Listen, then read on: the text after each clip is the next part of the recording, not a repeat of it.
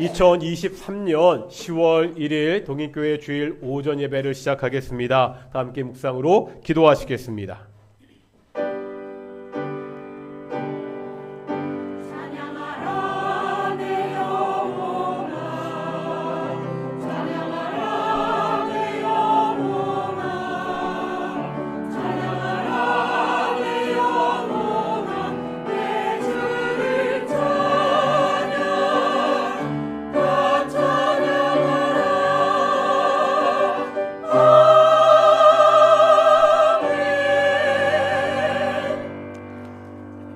사도신경 우리의 신앙을 고백하겠습니다. 나는 전능하신 아버지 하나님 천지의 창조주를 믿습니다. 나는 그의 유일하신 아들 우리 주 예수 그리스도를 믿습니다. 그는 성령으로 잉태되어 동정녀 마리에게서 나시고 본디오 빌라도에게 고난을 받아 십자가에 못 박혀 죽으시고 장사된 지 사흘 만에 죽은 자 가운데서 다시 살아나셨으며 하늘에 오르시어 전능하신 아버지 하나님 우편에 앉아 계시다가 거기로부터 살아있는 자와 죽은 자를 심판하러 오십니다. 나는 성령을 믿으며 거룩한 공교회와 성도의 교제와 죄를 용서받는 것과 몸의 부활과 영생을 믿습니다. 아멘. 자송과 73장 함께 찬양하시겠습니다. 73장입니다.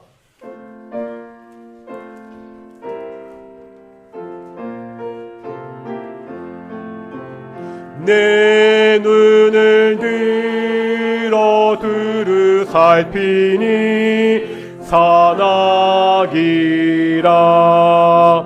날 돕는 구원 어디서 오나 그 어디서 하늘과 땅을 지은 여호와 날 도와주심 확실하도다. 주께서 나의 가는 곳마다 지키시며 졸지도 않고 깨어 계셔서 늘 지키네. 이스라엘을 지키시느니 쉬지도 않고 살펴주시네.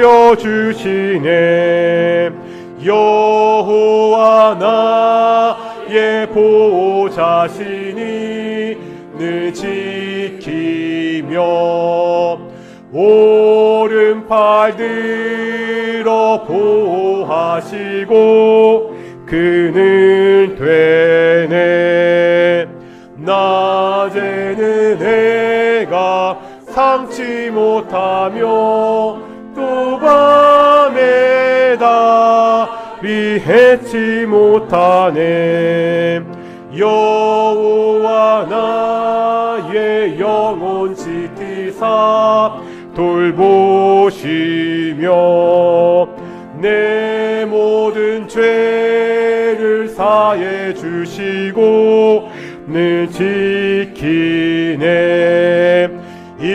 이제로부터 영원 무궁히 주 나의 주립 지켜주시리. 아멘.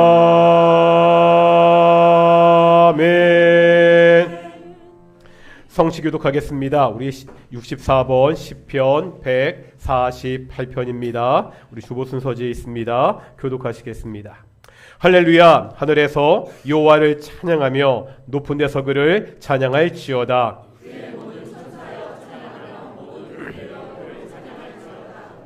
해와 달아 그를 찬양하며 밝은 별들아 다 그를 찬양할지어다.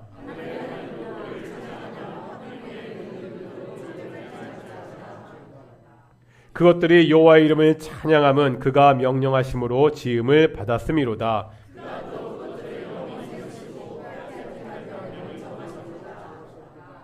여호와 이름을 찬양할지어다. 그의 이름이 홀로 높으시며 그의 영광이 땅과 하늘 위에 뛰어나심이로다.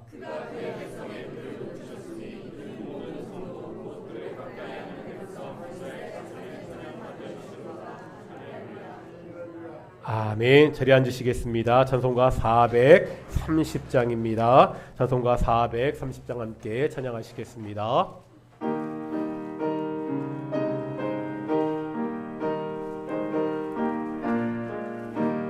주와 같이 길 가는 것 즐거운 일 아닌가. 우리 주님 걸어가신 발자취를 밟겠네. 한 걸음 한 걸음 주 예수와 함께 날마다 날마다 우리 걸어가리.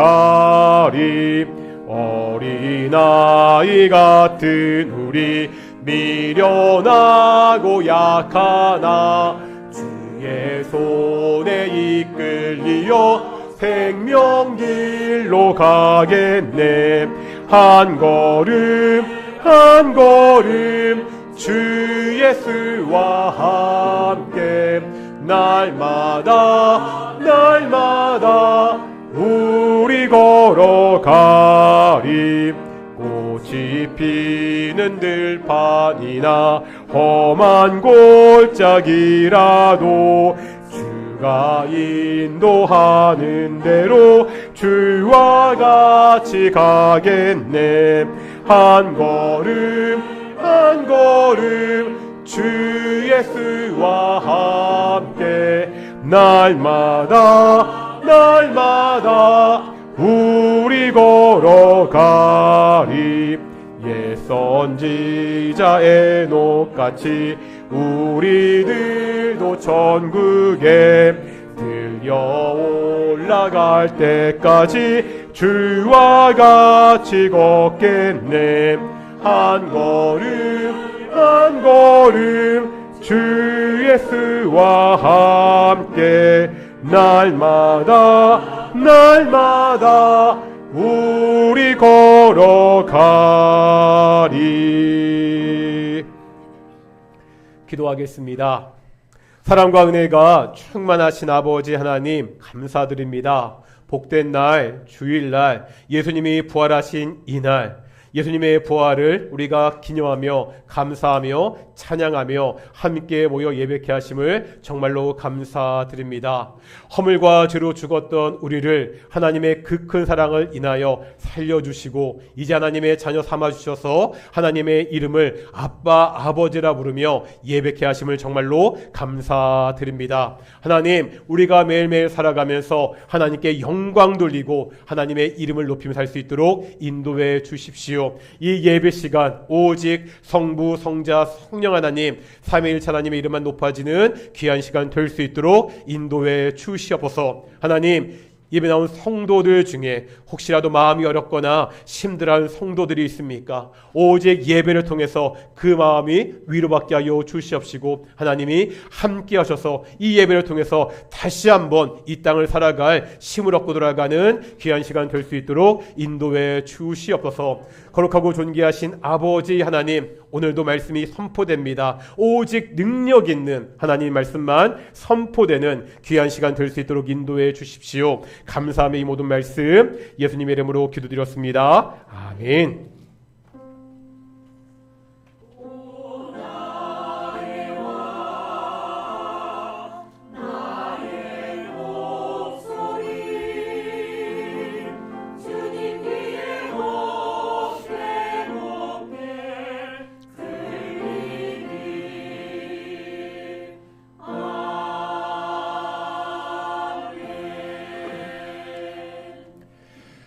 함께 말씀 보겠습니다. 에베소서 1장 20절부터 23절까지 말씀입니다.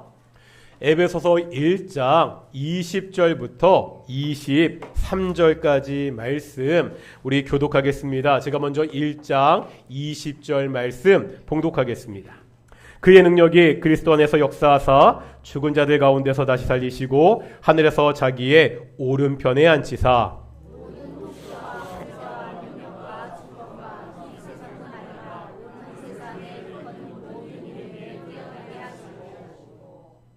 또 만물을 그의 발 아래 복종하게 하시고 그를 만물 위에 교회의 머리로 삼으셨느니라.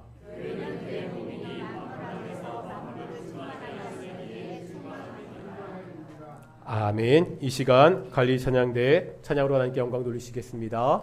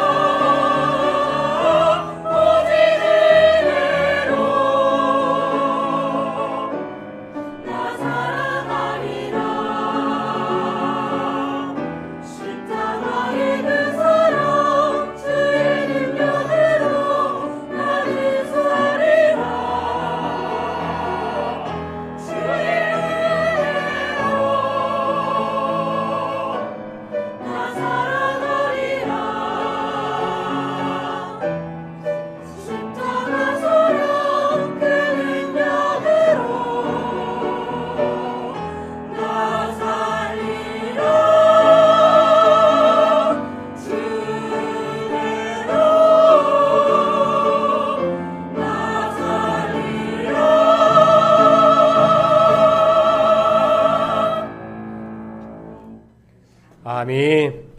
오늘 찬양의 가사와 같이 하나님의 은혜로 십자가의 은혜로 하나님께 예배하는 귀한 동인의 성도들이 되시기를 축원합니다. 우리 앞뒤 자분들과 인사하겠습니다. 하나님이 우리와 함께 하십니다. 많은 분들이 또 여기 친척들 고향 가셔서 못 나왔지만 또 새롭게 나오신 분들도 계십니다. 특별히 굉장히 감사한 것은 저희가 계속해서 기도했었는데 일단 우리 남궁건 집사님 예배 못 나오셨지만 추석 전에 퇴원하셔서 추석 명절 가족들이랑 같이 보낼 수 있어서 너무 감사하고요. 또 우리 조은영 집사님 나와 계시거든요. 사실 술 다 끝나시고 계속해서 지금 항암 치료 받으시는데 청도에 계셔가지고 항암 치료 받으실 때만 인천에 오셔서 또 하셔야 되는데 오늘 마침 주일에 같이 있어서 같이 예배도 너무 감사드리고요. 앞으로도 굉장히 지난 세월 항암 치료 받으셔야 되고 우리 남공집사님도 계속 회복해야 되니까 계속해서 우리 성도들 사랑하는 우리 가족들 위해서 좀 기도해 주셨으면 좋겠습니다. 혹시 유리겔라라고 기억하십니까? 유리겔라. 기억하시면 좋은 게 아니고요. 저와 같은 세대를 지나오신 분들이라는 뜻이죠. 제가 어렸을 때요. 이 사람이 이스라엘 사람이거든요. 초능력자인데 TV쇼에 나와서 초능력 쇼를 한 적이 있었습니다. 기억나시나요? 막 숟가락을 구부러뜨리고 막 씨앗을 띄우고 막 그런 능력들을 보여줬습니다. 그때 집집마다 TV를 보면서 주방에 있는 숟가락을 갖고서 다들 이렇게 문지르면서 아시는 분들은 웃는 분들은 저와 같은 세대를 잘 아신 분들이죠. 그때 나라가 온통 초능력 열풍이었습니다. 물론 나중에 모든 것이요 사기쇼고 마술쇼라는 것이 밝혀졌습니다. 이처럼 사람들은 뭔가 신비한 능력에 환호하죠. 초능력이라고 하지만 별거 없잖아요. 그냥 숟가락 하나 구부렸을 뿐입니다. 이게 사기가 아니고 진짜 능력이라 하더라도 이런 능력을 어디다 쓰겠습니까? 그인 집에 있는 숟가락 구부러뜨리면 엄마한테 혼나긴 합니다. 그래서 사람들은 대단한 능력인 것처럼 난리가 났었습니다. 사람들은 이런 보잘것없는 이상한 능력에는 환호를 합니다. 하지만 정말로 알아야 되는 능력에 대해서는 별로 관심이 없습니다. 바로 하나님의 능력입니다.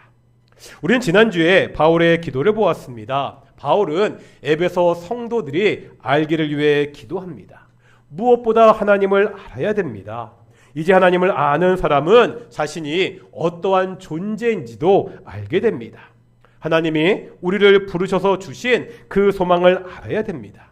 우리가 받을 기업의 풍성이 얼마나 큰지 알아야 됩니다. 우리 가운데 일하시는 하나님의 능력을 알기를 위해서 바울은 기도했습니다.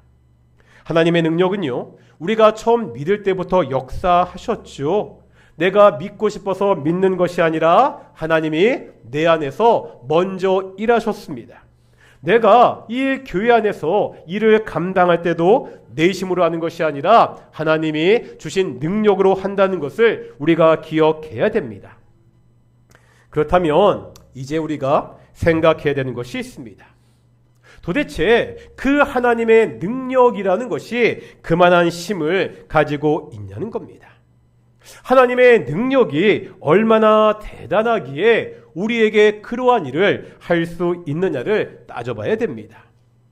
사람들은 숟가락 하나 구부리는 것도 신기하며 난리를 치는데 도대체 하나님의 능력은 어떠하냐는 거지요. 지난주에 보았던 19절에서 바울은 이렇게 이야기하죠. 우리에게 베푸신 능력의 지극히 크심이 어떠한 것을 너희로 알게 하시기를 구하노라.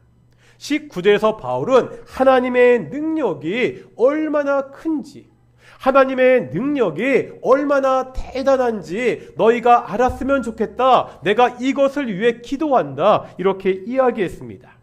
이제 오늘 본문 20절부터는 그 능력이 정말 얼마나 큰지를 설명하고 있습니다. 하나님의 능력을 설명하려면 어떤 것을 이야기하는 것이 좋을까요? 마른 하늘에 천둥과 번개가 칩니다. 멀쩡한 땅이 갑자기 갈라집니다. 잔잔했던 바다에 높은 파도가 출렁입니다. 이런 일이 벌어지면 숟가락 하나 구부러뜨리는 것과 비교할 수 없는 정말 사람들이 깜짝 놀랄 만한 일입니다. 하지만 바울은요, 하나님의 능력을 설명하기 위해서 이런 예를 들지 않습니다. 바울이 하나님의 능력을 설명하기 위해서 드는 예는 바로 예수님입니다. 예수님에게 일어난 일이 하나님의 능력을 우리에게 가장 잘 보여주기 때문입니다. 다시 한번 오늘 본문 20절 보겠습니다. 20절 읽겠습니다. 시작.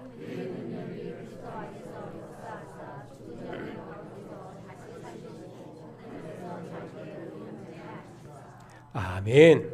먼저 바울은요, 하나님의 능력이 그리스도 안에서 역사하셨다고, 하나님의 능력이 예수 안에서 일하셨다, 이렇게 말하고 있죠. 무엇을 하셨습니까? 첫째로 예수님을 죽은 자 가운데서 다시 살리셨습니다. 죽음의 문제는 인간들에게 가장 오래된 문제입니다.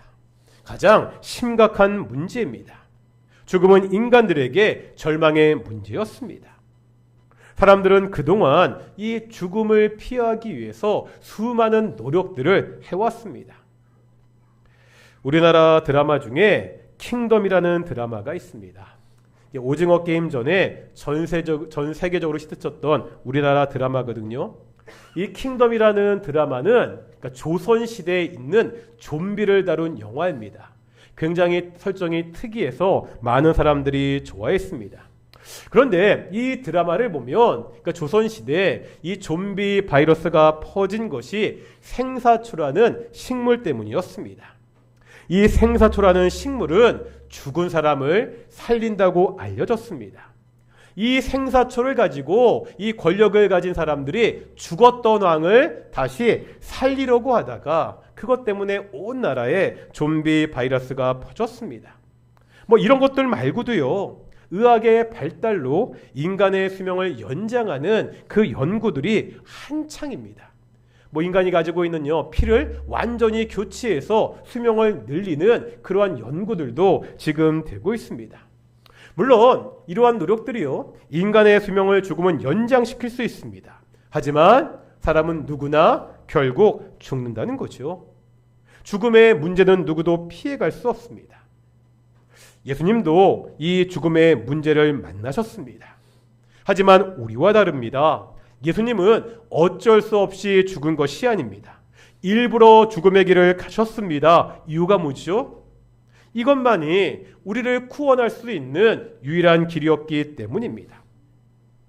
예수님도 처음에는요, 이 죽음의 권세에 무릎을 꿇은 것 같이 보였습니다. 십자가에서 나의 하나님, 나의 하나님, 어째 나를 버리셨나이까, 이렇게 외쳤습니다. 이렇게 외치는 모습은 철저하게 실패한 자의 모습처럼 보이기도 했습니다. 하지만 오늘 본문은 우리에게 말씀하고 있지요. 하나님의 능력이 예수님을 살리셨습니다. 하나님의 능력이 죽은 자들 가운데 예수님을 살리셨습니다.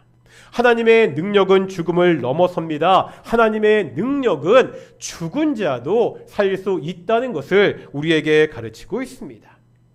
그런데 이 능력이요, 예수님을 죽음에서 살린 것으로 끝나지 않습니다. 이제 20절 뒤에 보니까 뭐라 말씀하고 있죠? 하나님의 능력이 이제 예수님을 하늘에서 자기의 오른편에 앉히신다, 이렇게 말씀하고 있습니다. 우리가 20절에서 두 가지 단어를 생각해 봐야 됩니다. 오른편과 앉다라는 단어입니다. 먼저 오른쪽에 가지고 있는 이미지가 있습니다. 오른쪽. 우리나라 조선시대에 보면은 벼슬 중에 우의정이 있었죠. 좌의정이 있었죠. 이때 우의정과 좌의정 중에서 누가 높은 자리죠? 좌의정입니다. 우리나라는요, 왼쪽이 더 높은 자리입니다. 하지만 이스라엘 문화는 반대입니다. 오른편이 더 높습니다. 특별히 왕의 오른쪽이라는 것은 가장 존귀한 사람이 앉는 그러한 자리를 이야기합니다. 이제 두 번째 앉다라는 뜻입니다. 제가 앉다라는 것의 의미에 대해서는 여러 번 말씀드렸죠. 이게 앉는다는 것이 힘이 드니까, 서 있으면 힘이 드니까 의자에 앉아 있는 것이 아니라고 말씀드렸습니다. 어떤 거죠? 우리가 궁정에 보면 왕과 신하들이 있는데 왕과 신하 중에 누가 앉아 있습니까? 왕만 앉아 있습니다. 신하들은 왕 앞에 서 있습니다. 앉아 있다는 것은요, 그냥 힘들어서 앉아 있는 것이 아니라 그 사람이 의장, 통치자라는 겁니다. 앉아 있다는 것은 이제 그 사람이 권세를 가지고 통치한다는 의미를 가지고 있습니다. 예수님은 가장 흉악한 죄인이 되어서 십자가에서 죽으셨습니다. 이제 이 예수님이 왕의 오른편 가장 존귀한 자리에 앉아서 통치자가 되신다고 말씀하고 있습니다. 21절에 보면 이 통치자 되시는 예수님의 영광을 말씀하고 있습니다. 다 같이 한번 이제 오늘 본문 21절입니다. 21절 읽겠습니다. 시작.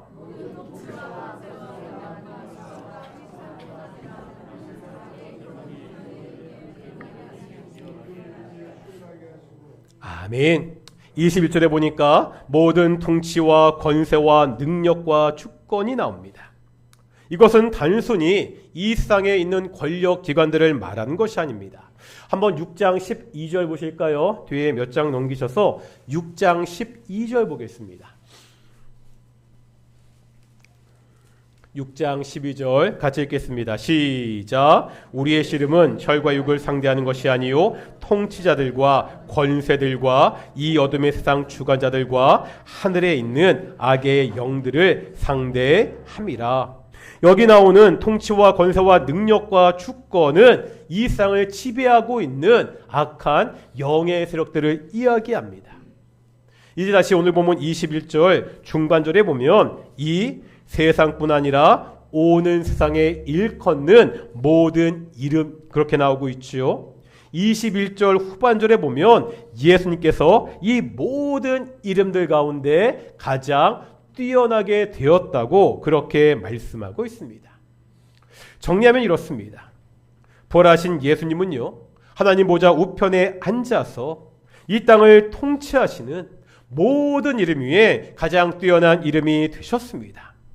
세상의 모든 만물은요, 아무리 강력한 힘을 가지고 있는 악한 세력이라도 이 예수님께 복종한다는 것을 성경은 가르치고 있습니다. 이것이 하나님의 능력이 하신 일입니다. 하나님의 능력은 예수님의 이름을 가장 뛰어난 이름, 가장 존귀한 이름이 되게 하셨습니다. 우리는 이 세상에서 가장 뛰어난 이름, 가장 존귀한 이름인 예수님을 믿는 사람들입니다. 어떻습니까? 우리가 사는 이 세상에서 이 예수님의 이름은 가장 존귀한 이름으로 대접받고 있습니까? 세상은 이것을 알지 못했습니다. 세상은 항상 예수님을 무시했습니다. 초대교회를 생각해 보겠습니다. 당시 로마인들에게 예수라는 이름은요, 어떤 의미가 있지요?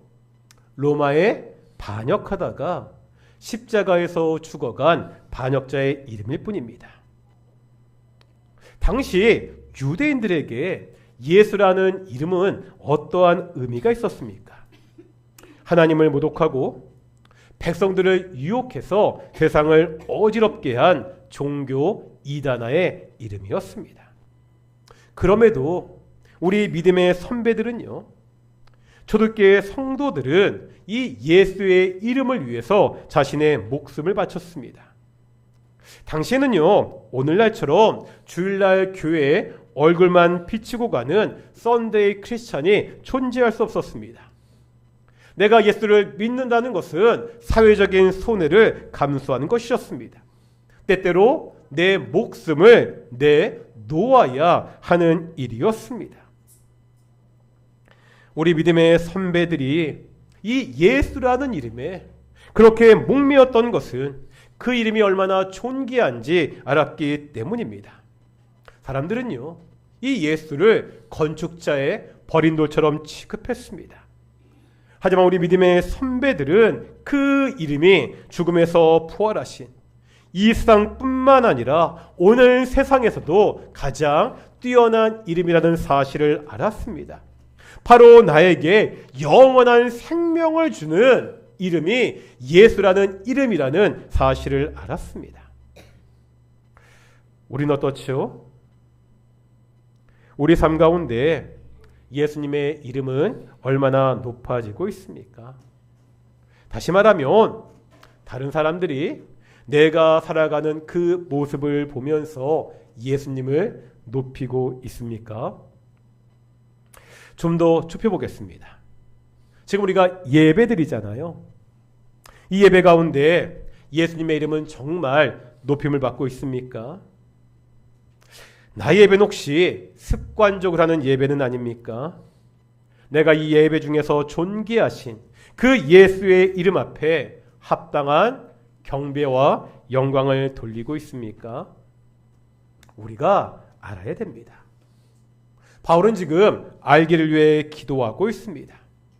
오직 하나님의 능력이 그리스도 안에서 역사하셔서 예수님을 죽은 자 가운데서 살리셨습니다. 그 하나님의 능력이요, 예수님을 하나님 보호자 우편에서 이 땅을 통치하도록 모든 만물 위에 가장 뛰어난 이름으로 만들었습니다.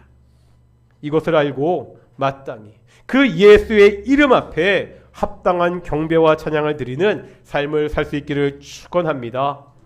우리 동인교회 모든 성도의 삶 속에서 오직 예수 그리스도의 이름이 높아지기를 축원합니다. 우리가요, 이렇게 예수님께 경배와 찬양을 드릴 이유가 또 있습니다. 예수님과 우리가 아주 특별한 관계이기 때문입니다. 이제 한번 오늘 본문 22절 보겠습니다. 22절입니다. 시작.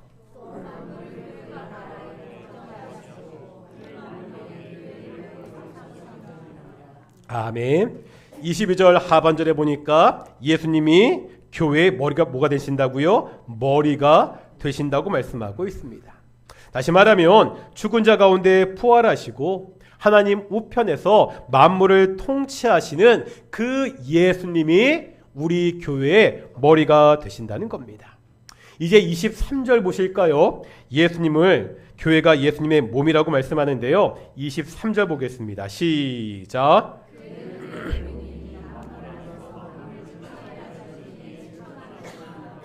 아멘.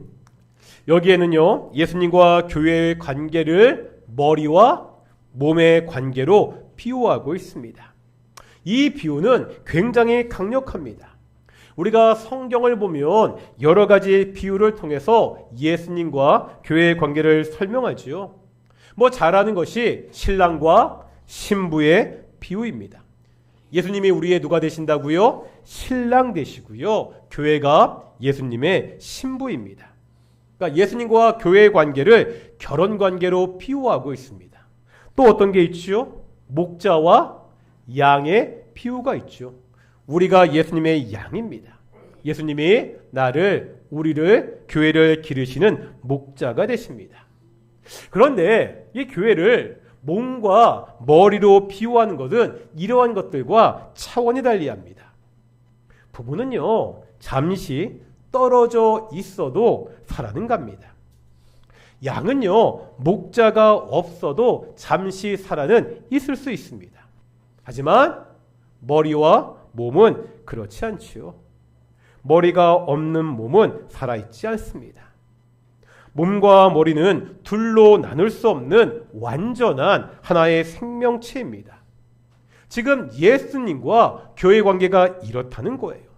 누구도 결코 둘로 나눌 수 없는 특별한 관계라는 것을 우리에게 가르치고 있습니다. 이것을 23절에 보면 좀 더 자세하게 설명하고 있습니다. 사실 23절 하반절은 해석하기가 어려운 구절입니다. 보기에 따라서 다양하게 해석할 수 있기 때문입니다. 우리가 23절 다시 보실 텐데 23절은 이렇게 지금 말씀하고 있죠. 교회는 예수님의 몸입니다.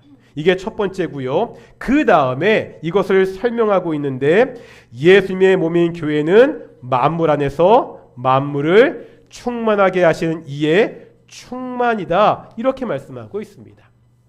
좀 복잡하죠? 복잡하지만 성경 말씀이니까 잘 따져보겠습니다. 먼저 여기에 나오는 만물 안에서 만물을 충만하시게 하는 이, 다시요. 만물 안에서 만물을 충만하시게 하는 이는 누구겠습니까? 이게 예수님입니다. 별로 어렵지 않죠. 예수님께서 이 세상 만물을 충만하게 채운다는 의미입니다. 이렇게 되면 이제 23절의 문장이 좀 간단해집니다. 만물 안에서 만물을 충만하게 하시는 이가 예수님이시니까 첫째, 교회는 예수님의 몸입니다. 두 번째, 교회는 예수님의 충만입니다. 두 번째 뭐라고요? 교회는 예수님의 충만입니다. 좀 간단해졌죠? 교회가 예수님의 몸이라는 것은 어렵지 않습니다.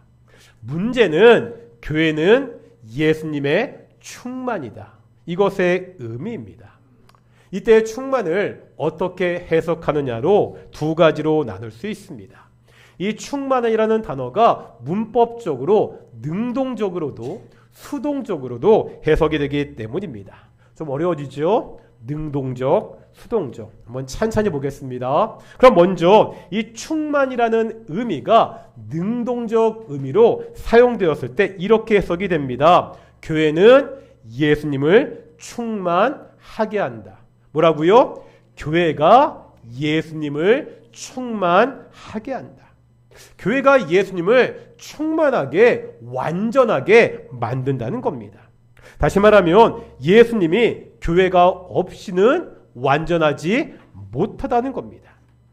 이 말이 예수님이 본질적으로 불완전한 존재다 이런 뜻이 아닙니다. 예수님은 완전하신 하나님이십니다. 다만 교회와의 관계에서 교회가 없으면 예수님은 불완전하시다 이렇게 말씀하고 있습니다. 교회에 대한 비유를 다시 한번 생각해 보겠습니다. 아무리 머리가 좋다 하더라도 몸이 없다면 소용이 없습니다. 아니 신부가 없는데 신랑이 완전할 수 없죠. 아무리 왕이 세상을 다스리고 싶어도 신하들이 백성들이 없으면 다스릴 수가 없다는 거예요. 이게 참으로 놀라운 일이라는 거죠. 우리 교회가 예수님을 충만하게 합니다. 우리 교회가 예수님을 완전하게 만듭니다. 예수님이 교회의 머리가 됨으로 이제 완전함을 이루셨다고 그렇게 말씀하고 있습니다. 예수님은요, 홀로 계시지 않습니다. 교회와 함께 있습니다. 예수님은 홀로 일하지 않습니다. 교회와 함께 일하십니다. 그 존귀하신 예수님께서 나와 함께 존재하시고 바로 나를 통해 일하신다고 성경은 가르치고 있습니다. 두 번째, 이 충만이라는 단어를 수동적으로 해석할 수도 있습니다. 그렇게 해석하면 이렇게 됩니다. 교회는 예수님을 통해 충만해진다. 어떻게 해요? 교회는 예수님을 통해서 충만해진다. 만물을 충만케 하시는 그 예수님께서 이제 교회를 충만하게, 교회를 완전하게 만드신다는 겁니다. 오직 교회가 예수님의 통치 아래 있을 때 완전할 수 있다는 것을 성경은 우리에게 가르치고 있습니다. 그러기에 교회는 예수님의 통치 아래 예수님께 순종해야 됩니다. 그런데요, 능동적으로 해석하건 수동적으로 해석하건 중요한 것은 한 가지입니다. 뭐죠? 예수님과 교회의 관계가 특별하다는 거죠. 예수님이 죽은 자 가운데서 살아나심으로 우리가 구원을 받았습니다. 예수님이 하늘 보좌 우편에서 통치하심으로 우리도 이 땅을 통치하고 있습니다. 우리 교회는 존귀하신 예수님과 한 몸입니다. 한 편입니다. 그래서 교회도 예수님과 같이 존귀한 존재라는 거죠. 초대교회 당시 다시 한번 생각해 보겠습니다. 맨 처음에 이 초대교회, 교회에 어떤 사람들이 모였죠? 누가 신자였습니까? 장녀들, 세리들, 노예들. 세상에서 업신여김 받고 천대받던 사람들이 모였던 곳이 교회였습니다. 장녀들, 세리들, 노예들. 이런 사람들이 모인 집단을 생각해 보겠습니다. 그런 집단에 끌리십니까? 하지만 그 모임이 교회라면 얘기가 달라집니다. 어떠한 사람들이 모였던 그 사람들이 예수님을 주로 신하는 교회라면 그 모임은 세상에서 가장 존귀한 모임이 됩니다. 사람들이 저것들 모여하고 아무리 손가락질해도 교회로 모인다면 그 모임은 가장 아름다운 모임입니다. 왜 그렇죠? 예수님이 교회의 머리가 되셨기 때문입니다. 온 세상을 충만하게 하시는 그분이 교회를 통해 충만해지시고 바로 이 교회를 충만하게 만드시기 때문입니다. 우리가 지금 동인교회에 다니고 있습니다. 우리 동인교회는 어떠한가요? 세상이 보기에 얼마나 대단한 사람들이 모여 있습니까? 우리가 다니고 있는 이 동인교회는 세상에서 가장 존귀한 모임입니다. 이유가 뭐죠? 동인교회 안에서 예수님이 충만해지십니다. 예수님이 이 동인교회를 충만하게 하시기 때문입니다. 예수님을 믿는 나는요, 이 세상에서 가장 존귀한 존재입니다. 왜 그렇죠? 가장 존귀하신 예수님과 내가 한 몸이기 때문입니다. 이렇게 한번 고백할까요? 나는 이 세상에서 가장 존귀합니다. 자신이 없으시죠? 다시 한번 크게. 나는 이 세상에서 가장 존귀합니다. 두 번째, 우리 동인교회는 세상에서 가장 존귀합니다. 내가 잘나서 동인교회 담임 목사가 특별히 훌륭해서 그런 것 아닙니다.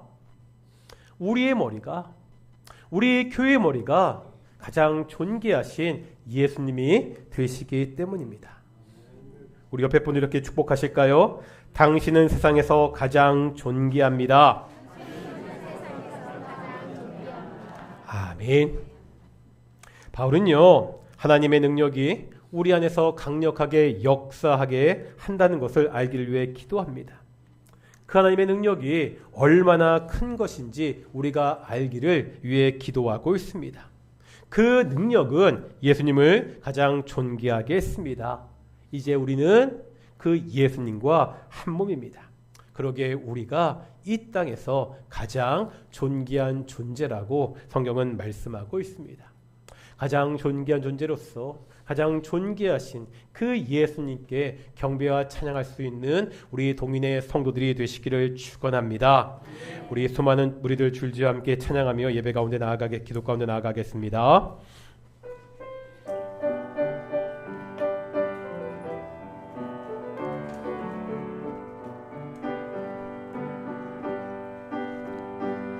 수많은 무리들 줄지어 그분을 보기 위해 따르네.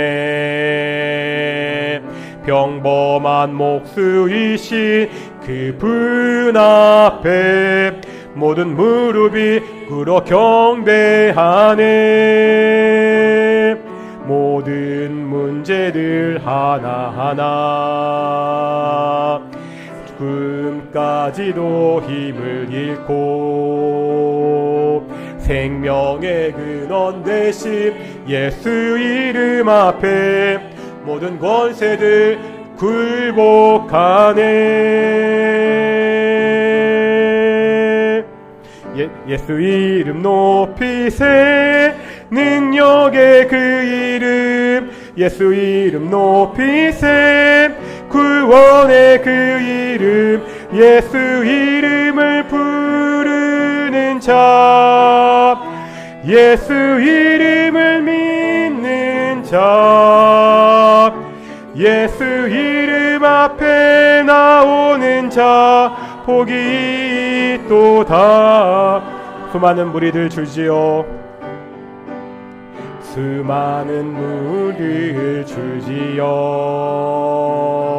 그분을 보기 위해 따르네. 평범한 목수이신 그분 앞에 모든 무릎이 꿇어 경배하네. 모든 문제들 하나하나 죽음까지도 힘을 잃고 생명의 근원 되신 예수 이름 앞에 모든 권세들 굴복하네.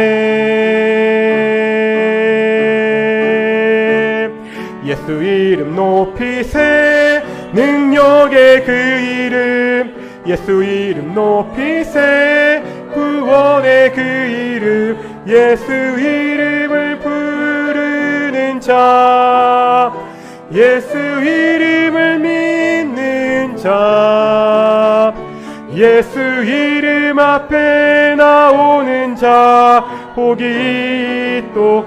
우리 한번 다시 찬양하실 텐데요, 제가 아침에 이 찬양을 다시 하면서 굉장히 많이 울었습니다. 때때로 수많은 문제들이 우리 앞에 있을 때가 있습니다. 하지만 죽음까지도 힘을 잃고 오직 생명의 근원 되신 그 예수 앞에 굴복하고 있습니다. 살면서 여러 가지 문제들과 여러 가지 어려움들이 우리 가운데 있을 때가 있는데, 그 문제들 앞에서 우리가 할 일은 절망할 것이 아니라 오직 예수의 이름을 높이자고 그 이름을 존귀하게 하자고 그렇게 노래하고 있습니다. 다시 한번 이 찬양하실 때 조금만 천천히 다시 한번 가사를 묵상하시면서 수많은 무리들 줄지와 함께 찬양하며 나아가겠습니다.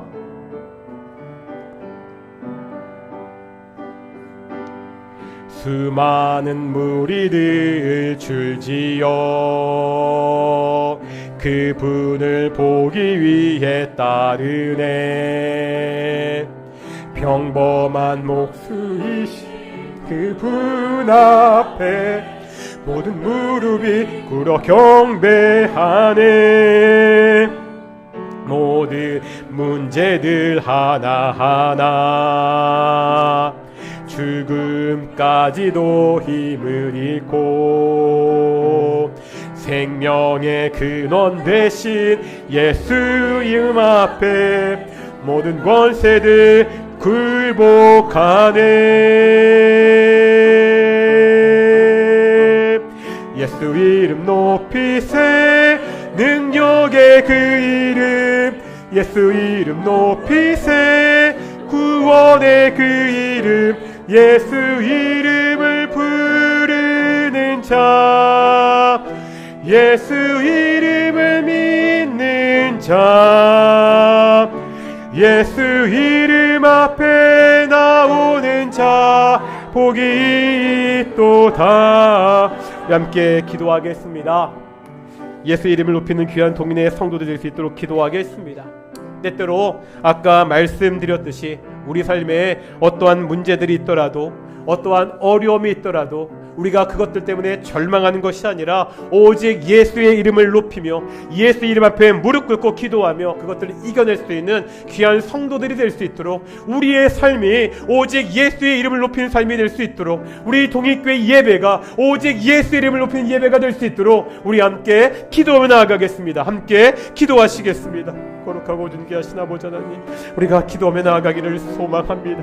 아버지 하나님, 때로 어떠한 문제든 정말 힘들고 어려운 일들을 우리를 절망하고 낙심하게 할 때도 있습니다. 하지만 우리가 예수 안에서 가장 존귀한 자들입니다.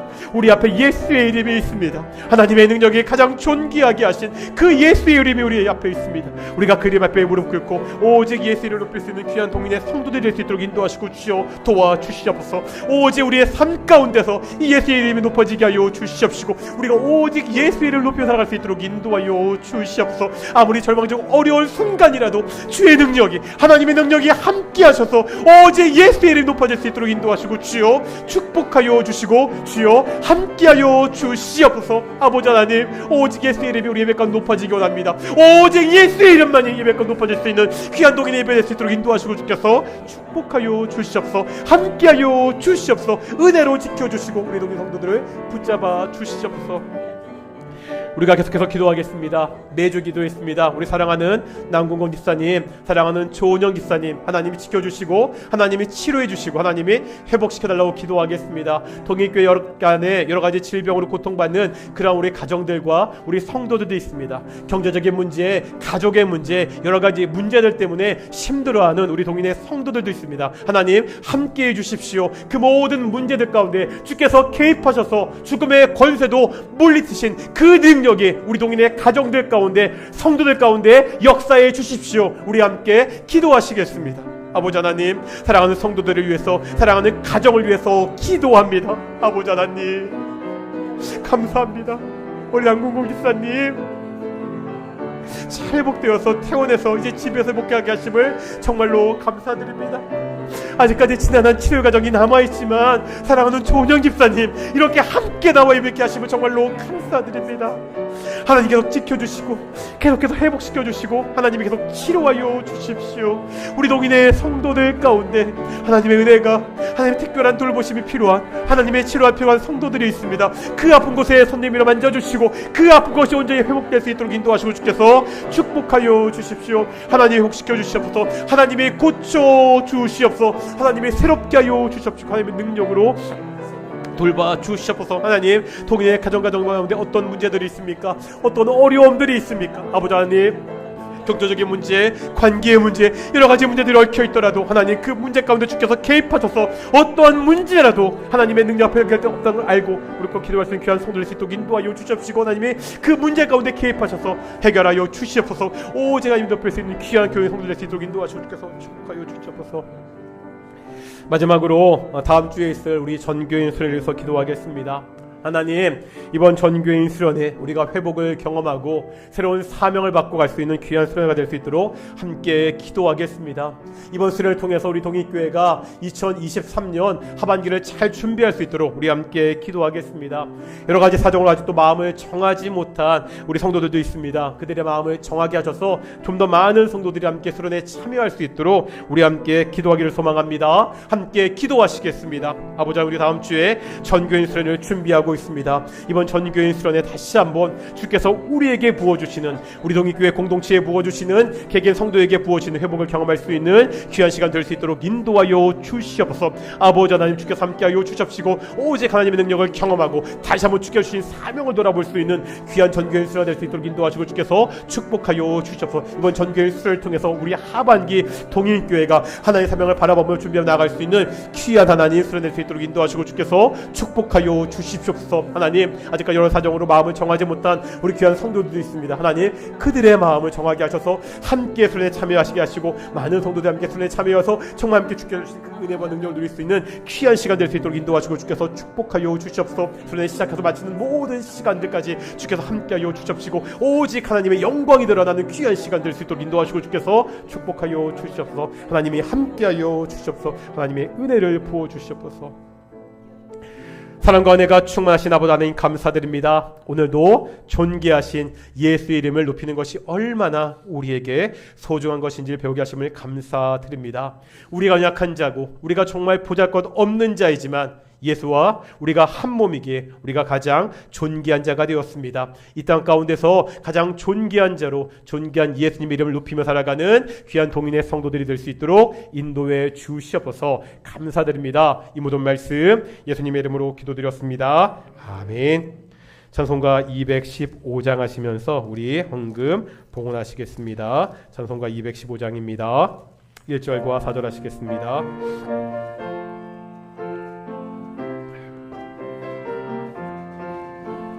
내 죄 속해 주신 주께 힘과 정성 다하니 나의 돈과 돈행 심사 주를 위한 것일세. 내게 있는 모든 것을 주를 위해 바치리. 내게 있는 모든 것을 주를 위해. 4절입니다.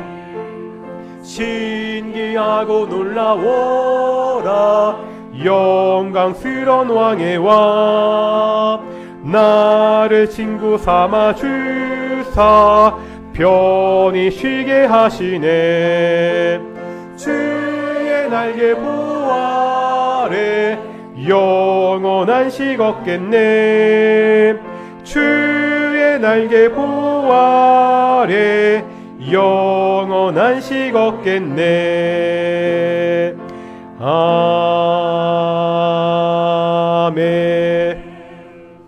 기도하겠습니다. 사랑과 은혜가 충만하신 아버지 하나님 감사드립니다. 우리가 오늘도 하나님께 예배하고 하나님께 귀한 예물을 드리게 하심을 정말로 감사드립니다. 모든 것을 우리에게 공급하신 분이 하나님 것을 믿고 그것을 신앙으로 고백해서 작은 예물을 드렸습니다. 우리가 이렇게 예물을 드리듯이 매일같이 감사한 삶을 살 수 있도록 인도해 주시옵소서. 또한 동인의 가정들마다 더욱더 감사가 넘치는 가정이 될 수 있도록 인도해 주시옵소서. 감사함의 이 모든 말씀 예수님의 이름으로 기도드렸습니다. 아멘. 다시 한번 인사하겠습니다. 하나님이 우리와 함께 하십니다. 아까 했던 인사요. 아까 안 봤던 분들 향해서 당신은 가장 존귀합니다. 예, 광고 말씀 드리겠습니다. 계속해서 전교회 수련회 광고 말씀 드리고 있고요. 다음 주 그러니까 오전 예배 끝나고 식사하시고 우리 오후 예배가 같이 가서 드릴 거니까 1시 30분에 교회에서 출발하겠습니다. 제가 지난주까지 받았던 신청서 다 받아서 정리를 해보니까 지금까지 한 30, 그러니까 31분 정도 신청하셨습니다.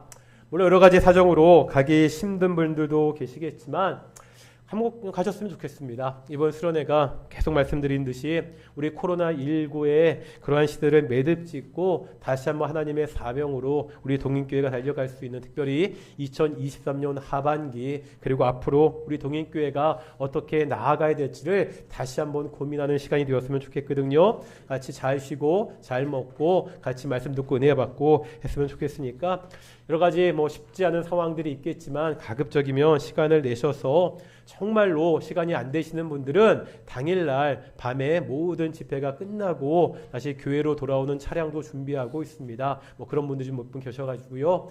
여러 가지 사정으로 안 되시면 주일날 당일이라도 함께 좀 가셔서 함께 수련회 참여해서 은혜 받는 시간 되었으면 좋겠고요.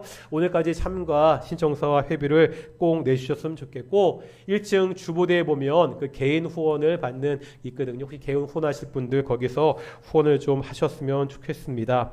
그러니까 중보노회 가을노회가 이번 주 목요일 날 있고 이 중보노회 가을노회 때 엘림교회 남약인 강도사님 목사 취임식도 있습니다. 아마 오늘 오전부터 오시는 분들 노예비를 걷었을 텐데요. 계속해서 중보노회는 그 노예 때마다 노예비를 걷더라고요. 1인당 3,000원씩 노예비를 내시면 그것을 노예 잘 드리도록 하겠습니다. 제가 교회 단톡방에 올렸는데 저희가 2023년도 시작하면서 성경 통독 클럽을 시작했습니다. 처음에 한 29분 정도 신청하셨는데 지금 보니까 몇 분 떨어졌고요. 20분도 그래도 많죠. 20분 정도 꾸준히 지금 성경 일독을 향해 달려가고 있습니다.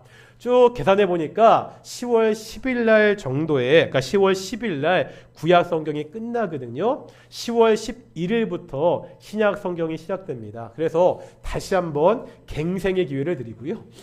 그리고 그동안 참석하지 못하셨던 분들은 그래도 내가 신구약을 전체를 읽지는 못해도 올해 마지막까지 신약 성경을 좀 일독했으면 좋겠다. 그런 분들도 분명히 계실 것이라고 믿고, 그러니까 신약 통독 클럽, 그러니까 구약 말고 신약만 읽는, 그 전에 있던 분은 쭉 진도 나가시면 되고요. 그리고 밑에 주보대에 보면 이렇게 신청서가 있거든요. 이 신청서 읽어보시고 가급적이면 오늘까지, 그러니까 그 다음 주 11일부터 시작해야 되니까요. 그래서 별거 없습니다. 평일날 3장, 주일날 4장 읽으시면 되고요. 제가 신약 통독 클럽은 따로 또 단톡방을 만들 테니까 자기가 그날 읽을 분량 읽었으면 완료했다. 그래서 올려주시면 되거든요. 서로 견제하고 갈구면서 끝까지 한번 성경을 읽어보자고 하는 거니까요.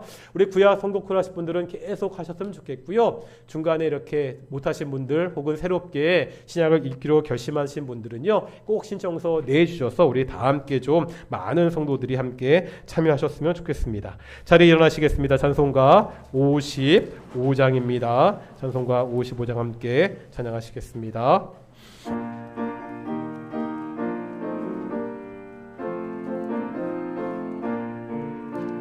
주 이름 믿음으로 모였던 우리가 지금 헤어질 때에 언제나 함께 하시며 평안케 하소서.